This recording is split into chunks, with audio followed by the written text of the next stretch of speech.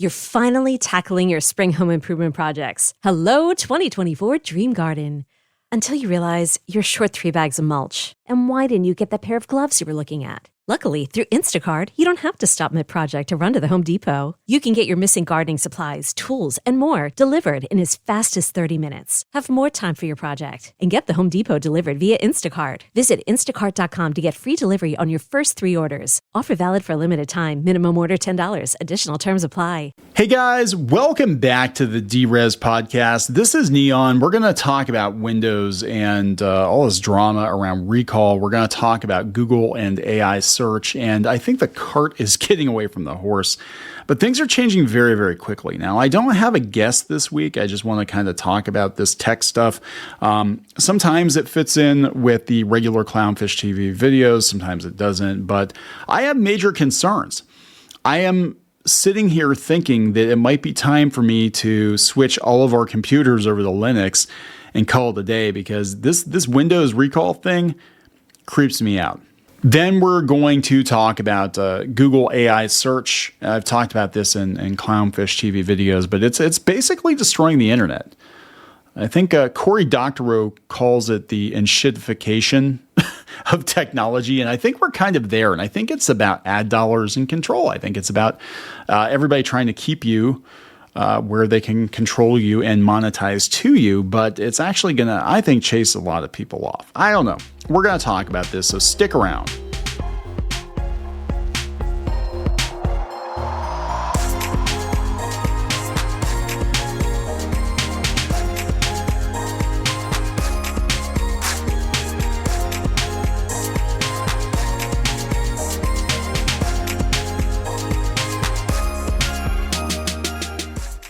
All right, guys, welcome back. We're going to talk about Windows PC and this recall feature, which was announced a couple of days ago by their CEO. And basically, as I understand it, Windows, or at least Windows 11 with Copilot, is going to take multiple screenshots of your desktop, your activity, to do what exactly? So you can roll back your desktop or look for things, whatever. But where's that data going? A lot of people said it's a security nightmare. People were saying that it's actually going to snap screenshots of your passwords and stuff. And we know that at the end of the day, this is about marketing. I think this is all about marketing to you. I think it's about, seeing what you're doing, what you're up to, what you're searching for, and they're going to try to market to you. But this is pretty dystopian, guys. And I kind of knew this was going to happen with Windows. I hate Windows 11. I have not switched over to Windows 11. All of our computers here are still on Windows 10, and I'm seriously thinking it might be time to just switch over to Linux, because I'm tired of it. I'm tired of the bloatware. And now they're inserting AI into everything. And I do think there's a place for AI technology, but I don't like it being shoved down my throat. And it's everywhere, and it's happening way too fast. And it's not being used for the good of humanity. It's being used to capture marketing data, in my opinion, and to control people and make sure that they control what you see. Again, in my opinion. But let's listen to this clip from Microsoft's CEO, and he is going to explain what Windows recall is. How do we introduce memory, right? Photographic memory into what you do on the PC. And now we have it. So it's called recall. It's not keyword search, right? It's semantic search over all your history. Whoa. And it's not just... Yeah, that doesn't sound problematic at all. About any document, we can recreate moments from the past, essentially. Here's how it works. Windows constantly takes screenshots of what's on your screen, then uses a generative AI model right on the device, along with the NPU, to process all that data and make it searchable. What? I mean, yeah, I get it if you consent, but it sounds like this is going to be kind of the default, right? This is going to be installed and turned on by default. Even photos. I got to try it out. I searched brown leather bag. It came up in visual search. There's no place on this page that it says brown leather bag. It just knows because it sees this brown leather bag. There could be this reaction from some people that this is pretty creepy. Yes, it's incredibly Incredibly creepy. Microsoft is taking screenshots of everything I do. Yeah, I mean, that's why that it can only do it on the edge, right? So this is like, you have to put two things together. This is my computer. This is my recall, and it's all being done locally. Yeah, I don't know about that. There are some sites out there saying that this is a security nightmare. I know Elon Musk put them on blast. We're going to talk about this because I think it's time for the Microsoft-Google duopoly to end. Like, nobody's really paying attention to Facebook anymore. Everybody's kind of looking at Microsoft and Google, and that's basically your computer. Most people's computer, right, is you run the Microsoft operating system and you use Google for search. And I think it's time that we really take a step back and think about whether or not we want to continue doing that. You're finally tackling your spring home improvement projects. Hello, 2024 Dream Garden. Until you realize you're short 3 bags of mulch. And why didn't you get that pair of gloves you were looking at? Luckily, through Instacart, you don't have to stop mid-project to run to the Home Depot. You can get your missing gardening supplies, tools, and more delivered in as fast as 30 minutes. Have more time for your project and get the Home Depot delivered via Instacart. Visit instacart.com to get free delivery on your first 3 orders. Offer valid for a limited time. Minimum order $10. Additional terms apply. So this is coming from bleepingcomputer.com. It says Microsoft's new Windows 11 recall is a privacy nightmare. Microsoft's announcement of the new AI-powered Windows 11 recall feature has sparked a lot of concern, with many thinking that it has created a massive privacy risk and a new attack vector that threat actors can exploit to steal data. Revealed Monday during an AI event, the feature is designed to help recall information you have looked at in the past, making it easily accessible via a simple search. While it's currently only available on Copilot Plus PCs running Snapdragon XRM processors, Microsoft says it's working with Intel and AMD to bring it to all Windows 11 devices. Fantastic. Recall works by taking a screenshot of your active window every few seconds, recording everything you do in Windows for up to 3 months by default. These snapshots will be analyzed by the on-device neural processing unit, the NPU, and an AI model to extract data from the screenshot. They say the data will be saved in a semantic index, allowing Windows users to browse through the snapshot history or search using human language queries. Microsoft says all this data is encrypted using BitLocker tied to the user's Windows account and is not shared with other users on the same device. I'm sure it's safe. I'm sure it's like really, really safe, guys.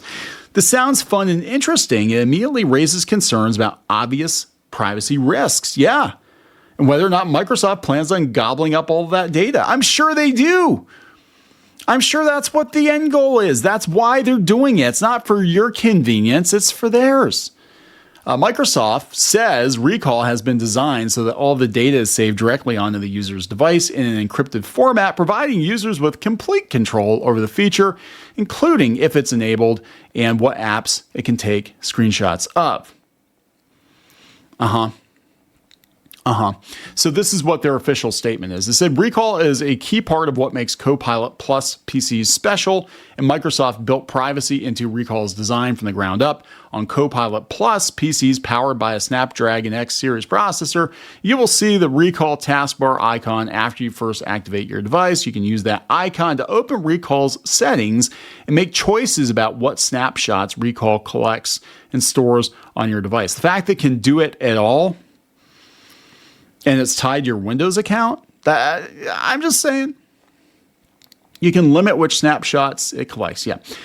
You can select specific apps or websites visited in a supported browser to filter out of your snapshots. Most normal people aren't going to do that. Most people aren't going to do it. Grandma is going to buy a new computer and it's going to come installed and turned on by default. I guarantee it. Just like all the other bloatware crap that's on Windows. Like, I don't need the weather in my taskbar. I don't need all these damn stories being put in front of my face, news stories. Like, I don't need this shit. I just need to be able to get to work on my computer and get my computer to work and have my computer work for me, right? The computer works for me. It's not the other way around. In addition, you can pause snapshots on demand from the recall icon in the system tray, clear some of all your snapshots, or delete the snapshots. Again, it's a lot of hassle to avoid being tracked.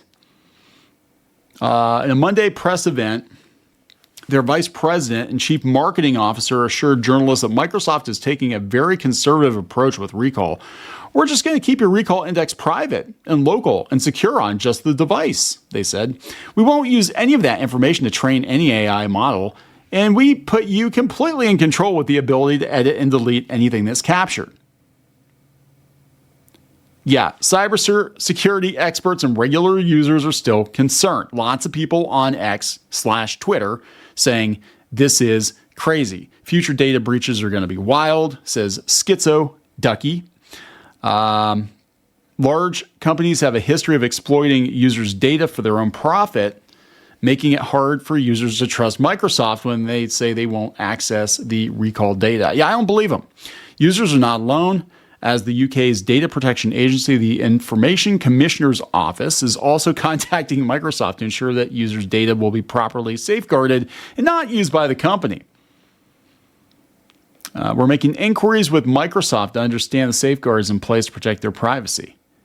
Yeah, and my understanding is it actually will actually take screenshots of your exposed passwords. It won't filter that out. And they're actually saying what I said. They said, yeah, you can block apps from being screenshotted by the feature, but most people will just let it run without mucking around with the features. Yeah, they're not going to turn it off. It's just like OneDrive, right? You got like it's on, it slows everything down. All this information is now stored in Windows 11 semantic index and easily searchable by anyone with access to your PC, whether authorized or not. And that's just the tip of the iceberg. If a threat actor or malware compromise your device, all of this data will already be decrypted by BitLocker, making it accessible to the hacker. For example, a threat actor or malware could simply steal a recall database and upload it to their own servers for analysis. This information could then be used to extort users or potentially breach users' accounts if credentials were exposed. Oh my God, this is bad. It said Microsoft is one of, if not the largest caretaker of consumer data in computing security. It seems irresponsible to introduce additional risk into an already risky environment. They don't care. This is my personal opinion. They don't care. They want to monetize you. It's all about monetizing you. And I think it's time to take a good hard look at the internet, where the internet is at right now. This video, I don't know how long this episode is going to be because I don't have a guest, but we've had a couple episodes that were like 2 hours. In the last couple of weeks, we've had conversations, but I am concerned. I am concerned about the state of the internet. It's changing very, very quickly, and I don't think it's for the better. I really don't. We could talk about Google AI search for those of you who don't know. I think, again, we've talked about this in Clownfish TV videos, but Google has fundamentally changed the way it handles search. It's now using AI snippets to answer most questions, most queries, and you never need to actually go to a website. They're not pushing people to websites anymore. They want to keep you quarantined on Google. Why are they doing this? They claim it's because it's easier for the consumer to just get the answer. Especially if you're like playing a video game or whatever. It's like, hey, I want to, know how to beat this level in Zelda. Okay, here you go. Here's how you beat the level. Great. Sounds good on paper. But you never have to go to that external website, do you? You stay on Google's search page. And what's on Google's search page? Lots of advertising. This should concern you because, well, one, websites are imploding. We've been talking about the death of gaming journalism, and lots of websites are imploding.